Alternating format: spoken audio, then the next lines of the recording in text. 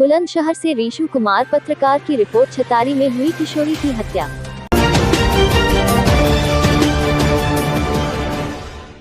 बुलंदशहर छतारी में हुई किशोरी की हत्या के चौथे आरोपी को भी पुलिस ने आज गिरफ्तार कर भेजा जेल। पुलिस जांच में मृतका निकली नाबालिग। पुलिस ने धारा 376 पोक्सो एक्ट व 363 की वृद्धि की। मृतका के परिजनों को रानी लक्ष्मीबाई योजना के तहत 10 लाख रुपए की आर्थिक सहायता की एसएसपी ने की संस्तुति। एसएसपी का दावा, किशोरी के सौरभ नाम के युवक से थे प्रेम संबंध। सौरभ ने किसी अन्य युवक से अवैध संबंधों की शक में ही थी गोली मारकर की थी हत्या। कल छतारी कांड को लेकर अखिलेश यादव और जयंत चौधरी समेत प्रियंका गांधी ने कानून व्यवस्था पर सरकार को था घेरा। प्रियंका गांधी कल पीड़ित परिवार के घर भी गई थी।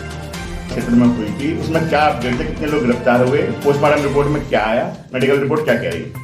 देखिए, दिनांक 30 तारीख को थाना छतारी के धवरऊ गांव में एक ट्यूबवेल में एक लड़की की गोली मार के हत्या की गई थी और जो घटना कारित करने वाला अभियुक्त था उसने ब्लेड से अपने गर्दन की नसें और दोनों हाथों की कलाई की नसें काट ली थी और काफ़ी मात्रा में खून उसका निकला था। वो भी बहुत ही गंभीर स्थिति में था।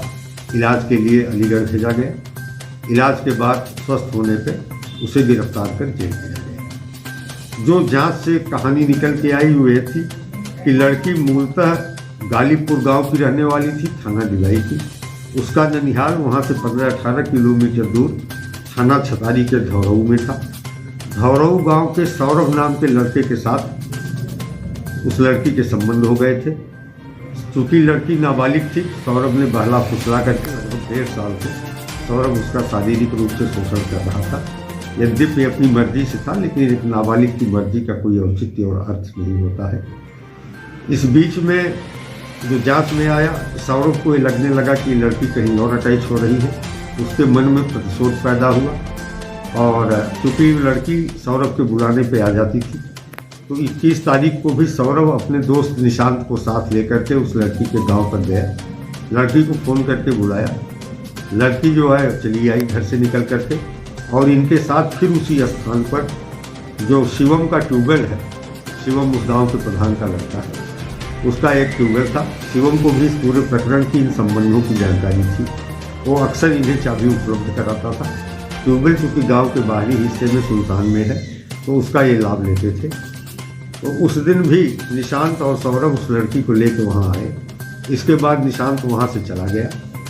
सौरभ के मन में प्रतिहिंसा थी और वो पहले से ही एक तमंचा कारतूस खरीद लिया था और उसने सोचा था कि इस लड़की की हत्या करके सुसाइड कर लेंगे। उसी क्रम में उसने लड़की की गोली मार के हत्या कर दी और ब्लेड से अपनी नसें काट ली। जब उसका काफ़ी खून बह गया और वो गंभीर अवस्था में हो गया, तो उसने अपने भाई मोनू को फ़ोन किया और बताया कि वो मरने वाला है और उसने जो है एक लड़की की इस तरह से हत्या कर दी है। इस सूचना पर लड़की के भाई ने किसी पत्रकार को बताया। पत्रकार के द्वारा थाने को सूचना दी गई। पुलिस मौके पर पहुंची।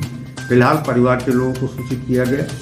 उसके घर गालीपुर थाना डिवाई से परिवारी जन आए। एक तहरीर परिवारीजनों के द्वारा दी गई जिसमें सौरभ को अभियुक्त बनाया गया हत्या का।